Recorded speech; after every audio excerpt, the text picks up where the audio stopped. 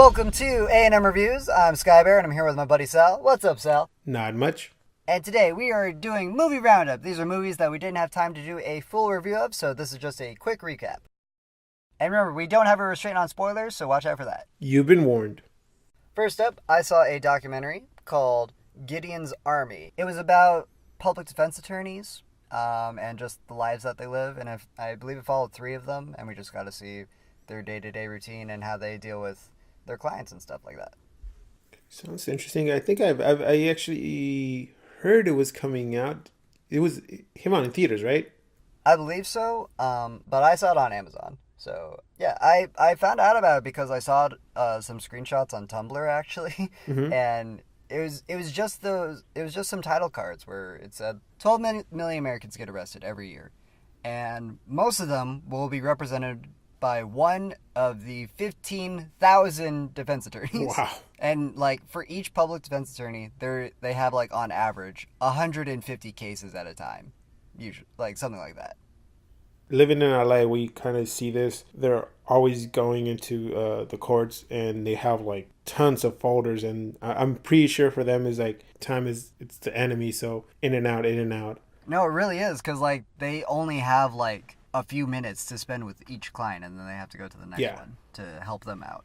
And like honestly, it was a nice, insightful documentary. I feel like if I don't know, it was just like cool. Well, it was just nice to see just like real world people dealing with their stuff. So I mean, just a question. So do you think it brings like a spotlight on that we need more defense attorneys out there, or? I think it definitely does shine a spotlight that this is an immense issue that severely needs to be dealt with. Because, Jesus Christ, I can't even imagine that workload. Like, that's ridiculous. That's insane. It's actually true that their life is on the line, the client's life, and you get an attorney who just talks to you for 5 minutes and then goes and represents you, and you're like, I put my life on your hands, and we only spoke 5 minutes.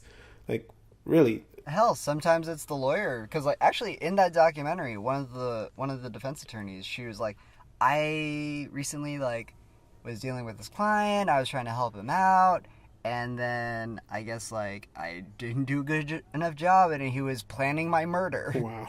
Yeah, because he was like, hey man, if I'm going in anyway, might as well go big, take out a lawyer. Damn. And it's just like, holy shit, that was your lawyer. Wow. I know, shit's crazy, man. But even that defense attorney, she was just telling the story, and then like the documentary just continued, so she just kept going back to work and doing her thing, and it's like, Jesus Christ, that's an incredible person right there. Yeah, no, I would recommend it. So what's a grade you? Oh, I don't know. I'd say like a 7.5 or an 8. Like, it was a good documentary. It was worthwhile, I'd say. And also, I don't think it was, I don't remember it being too long, or at least it didn't feel too long, so, yeah. I'd say like, if you got some spare time and you want to learn a little bit more about it, see how the world works, yeah, check it out. And you said it's on Amazon. Yeah, I saw it on Amazon. Amazon, okay. And then next, I saw that new Netflix movie, Mute. Okay. Yeah, it's, I gotta say I was disappointed by it. And my hopes were a little bit high for it because I really like that director, Duncan Jones. I think he makes great work. And I was excited because this was, at a certain point in the movie, you see that it kind of connects with his first movie, Moon. Yes. And I was like, oh, this is like a little continuation in a way. Woo, I'm down for this. And the movie is set in the same universe. Okay. However, I don't know. Like, I just wasn't really down with the sci-fi murder mystery. However, I do appreciate that the neo-noir is kind of diving into the sci-fi territory. That's kind of cool for me. Oh, okay. Yeah, I don't know. I just thought this one was, it was okay. Paul Rudd didn't really seem like a very intimidating villain to me.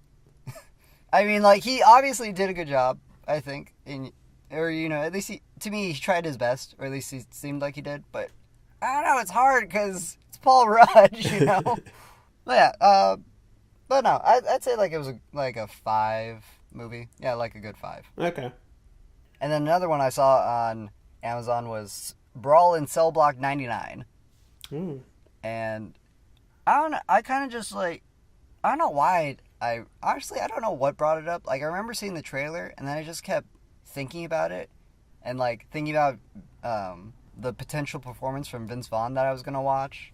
And then I don't know. I think I just like kept seeing it around the internet, and I kept like hearing people talk about it. I was like, God damn it, I gotta watch this movie already. And so yeah. Anyway, that's how I ended up watching that movie. But I don't know. I think honestly, I think the ultra violent scenes were the highlight, and were the best part, and what saved the movie for me. Nice. However, there isn't much of it, and that's the problem. But I mean, that's kind of cool too, because this was inspired by like the Grindhouse movies of the 70s. So I don't know. I guess it kind of makes sense that it was a little slow paced until like that slow build with some fights sprinkled in throughout there. But like the big fight, the cool fight, was the very last fight at the end, and that's when they just threw out all of the violence. They were like, "We're gonna do everything," and it was great. So that's where, for you, it brought it home, kind of thing. Is like it built up to that scene, right? Yeah, and then actually, Vince Vaughn was pretty cool in it. Like, he did a decent job. Oh, great, nice. Yeah, so I don't know. I'd say like for me, this was like a 7 or a 6.5. Okay. But like a high, like somewhere in between there. So you mean somebody that might not wait until the end, they probably would get turned off because it's kind of slow? Yeah, and like this movie definitely isn't for everybody. It is like really basic, and there are some things that are kind of stupid because it's just like, okay, come on, that's a little hokey. But I mean, like if you can look past that and just and then just be like, look, you just need to watch this movie to watch Vince Vaughn beat the shit out of a bunch of people. then that's the movie for you. Because I mean, yeah, Vince Vaughn beats the shit out of a bunch of people in this movie, and it's great. And next up, I checked out The Driver. It's a 70s Ryan O'Neal movie. It's basically just OG Drive. Oh, okay. In a way. Yeah. And actually, that was in the trivia that I read, where it's like, this movie heavily influenced Drive. And it's like, yeah, I could see that. Yeah. Yeah, because I mean, even the main character, Ryan O'Neal, he only has, I think it's like 350 words in the whole movie. Oh, wow. And also, I didn't realize Bruce Dern was in here too, so I was like, Bruce Dern, this is cool.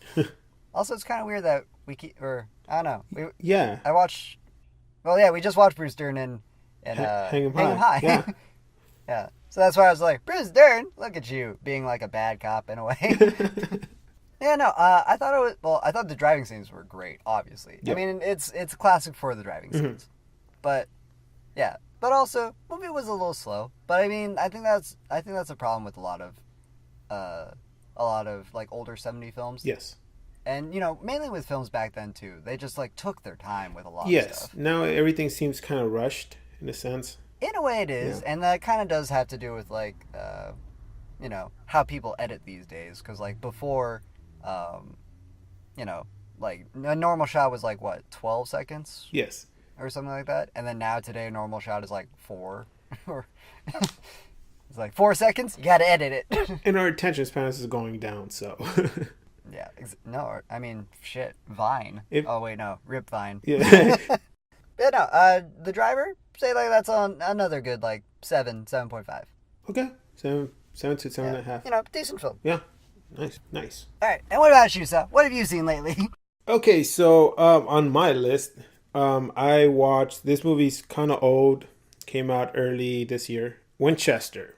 I went to go see it, and the thing is, because I passed by the house. That's the scary house movie with Helen Mirren, right? Yes, it's the Winchester mansion story and how it's supposed to be haunted, and it's basically selling that it's based on true events. Okay, get it out there. The only true events is that, there was somebody who was trying to say that she was crazy, so she can lose her part in the company because she inherited from her husband. So she's the majority owner of the Winchester revolving rifle arms company.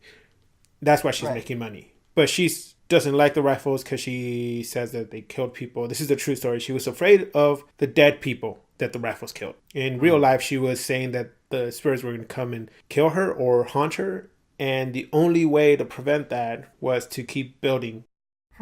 She starts building and never stops building for the rest of her life until basically, I guess, the day that she died. Now, back to the movie. In the movie, somebody shows up and says, I'm here to basically say if you're insane or not crazy, and the company sent me. She lets them in.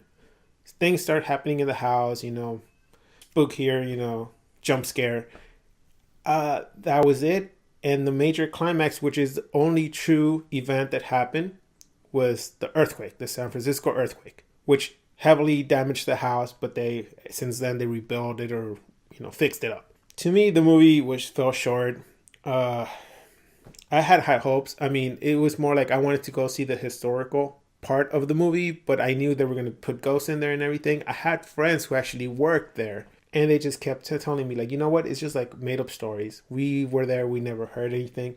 But you always have this worker who's been there for years and says, I've had stories. And the only reason they might be there still working is because they have stories to tell the visitors. And I'm like, makes sense. You own a house. You want to keep it, going as tours. So for me, the movie was a 4 out of 10. Don't go see it. Just research the story. Go on Wikipedia. Just read the actual history of the house. It's more interesting than the movie. Okay. Next movie I went to go see, Den of Thieves. I went to go see this movie because I took my dad. My dad's an action fan. He wants to see anything with action, gunfights, or whatever. First thing that I want to tell the studios is, like, if you put a trailer out there and you show a major scene, and when I go see the movie and I don't see the scene in the movie, you cut it out, it's going to piss the shit out of me. The scene I'm talking about is when they show up to the first robbery. Yeah. There's a person left over from the bad guys, and they go up to him and say, rat them out. The guy says, F you, or I'm not a rat. Guess what? The guy pulls out the gun, and you see this in the trailer, and you don't see him shoot him, but he shoots him, and they say that guy's dead. That basically makes the character who's the detective seem like, I'm such a badass. I'm a cop, but I'm walking the line. I just shot that guy. I don't give a shit. Mm-hmm. That makes you go like, holy shit, he has balls. That scene was not in the movie, and I was really pissed. The rest of the movie seemed like it was a knockoff of a knockoff. Ocean's 11, that's this movie. It's that same premise. There's this elaborate plan to do everything, and then at the end, it's like, oh, guess what? It was this guy you didn't expect. Been there, done that, seen it, and I've seen it done better. So, don't sell it to me that way. So, I gave this movie a 4.5 out of 10. Next movie I went to go see, it was Early Man. It's the clay animation movie. Yeah, I was excited for that one because I love those stop motion animator guys because they do Wallace and Gromit. Yes, I love them because back in college I had friends who did a clay animation and they were basing it off of those movies, and I got to see my roommate watching a lot of those movies, and I got into it, but I went to go see this, and clay animation was done nicely because it's them, they're the masters of the clay animation. It better be fucking great. Yeah. I mean, if not, then you would have been like, yeah, these people don't know what they're doing. They're probably new to the company. But these are from the actual creators of Wallace and Gromit. So the only thing I have to pick at is that basically all their humor is based on British jokes. And the whole thing revolves around football. You're making jokes off teams that are not known worldwide. Maybe you heard of them. Maybe not. Some people have. I've heard of Manchester United. And at the beginning of the movie, it says somewhere on Earth. And then they get closer and they're like, somewhere in Britain or something like that. And it says somewhere near Manchester. And that's supposed to be the running joke. It's back in the day. It's right there where Manchester United is right now or something, But the story kind of like picked up really slow. After that, it started getting funny. I took my niece. She saw it. And she was laughing because of, the jokes and everything. But the big important jokes for adults might have gone over other people's head. I mean, I kind of understood it because it was British humor, but I mean, for me, like, one of the jokes that caught my eye was the one from the trailer, actually, where it's like, wow, sliced bread, that's the best thing since, well, ever. Yeah, see, that joke, my niece was laughing I at it. I appreciate that. Yeah. And then there's other jokes in there that if you're not current into soccer, sports, and stuff like that, or the idea of UK teams, you wouldn't understand what they're making fun of. But just that, I believe it's called football, Sal. Yeah, well, I mean, in the movie they do call it football. It's like so, What do you and mean they in the they make movie? More like in most of the rest no, of the no, but I'm world, saying they in call the it movie football. they reference it by saying like, "What is this football you're talking about?" And I think someone says soccer, and then just make fun of them like, "No, it's football." But yeah, I mean, the whole thing is like it's worldwide. It's known as football. When I first No, saw no, the I trailer, just say that just because I like to piss people off. It's like, you mean football? no, when I first saw the trailer, I thought it was going to be like, early man, and then the people come and conquer him. He goes and tries to defend his village, and that was it. But I never thought it was going to include football, like the main premise. So that was kind of teaser, but I gave it a 6.5 out of 10. I mean, the Okay. animation is clay animation. I always love clay animation, so I'm a big fan. So that's it for our movie roundup. Social media is in the description, and hit us up if you have any questions. And remember, keep watching movies.